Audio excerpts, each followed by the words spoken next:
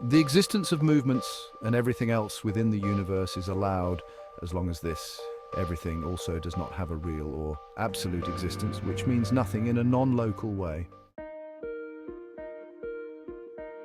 The relative distinction between space-time and matter-energy does not really exist. This is so true that the proof is that the measured quantities of these concepts are always exactly proportionally related in terms of their variations due to relative motions.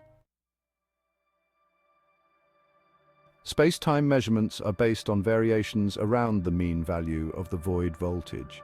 Thus, they are an illusion in the broadest sense, as all movement is only valid locally for an observer and not absolutely or for the entire universe. This illusion is given to us by the only limited validity of our concepts, since they are based only on variations, on oscillations around the average value of the vacuum voltage. The size and shape of the space-time measurements can change depending on the motion, as well as the number of spatial dimensions depending on the type of motion involved. The shape of space-time measurements is much more a localized relative proportionality than a fundamental element of the reality of the universe, even if it occurs according to a common rule everywhere within the universe. Measurements of space and time dissolve when viewed from nature's most fundamental point of view, the empty. Space with finite measures and time divided into quantities are not fundamental components of the universe. They always have only local and limited validity. Our intuitive notion of dividing distances and durations into smaller and smaller units reaches a physical limit in relation to ourselves, which we are also limited, and this limit reveals to us that space with finite measures and divisible time are illusory, if seen broadly and not elementary concepts or constructs of the universe.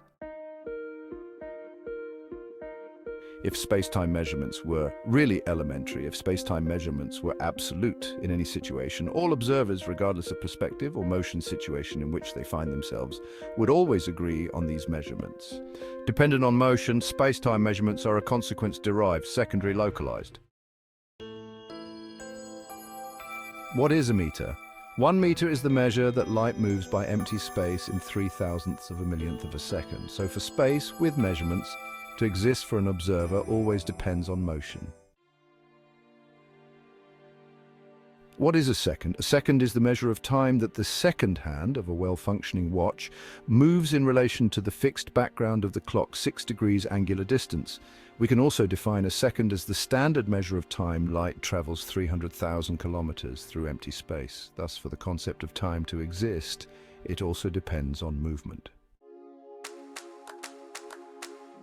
What is speed?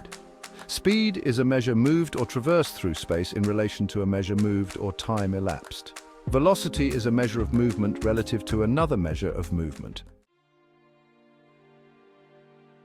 What is acceleration? Acceleration is the change of velocity relative to another movement.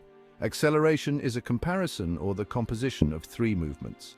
Acceleration is a movement through space relative to a movement through time relative to another movement through time. What is strength? The gravitational force, for example, is nothing more than a curvature in the geometry of space-time produced by a movement rotational in the tension of empty space. When a force of any kind occurs, there is always some kind of movement involved. In the same way that acceleration, a force is also a composition of movements. What is work? Work done on a mass is the application of a force multiplied by the movement by the space that this mass demonstrates of this application. Like acceleration and force, work is also a composition of movements. Thanks for watching. Subscribe to my channel and give you a like if you enjoy it.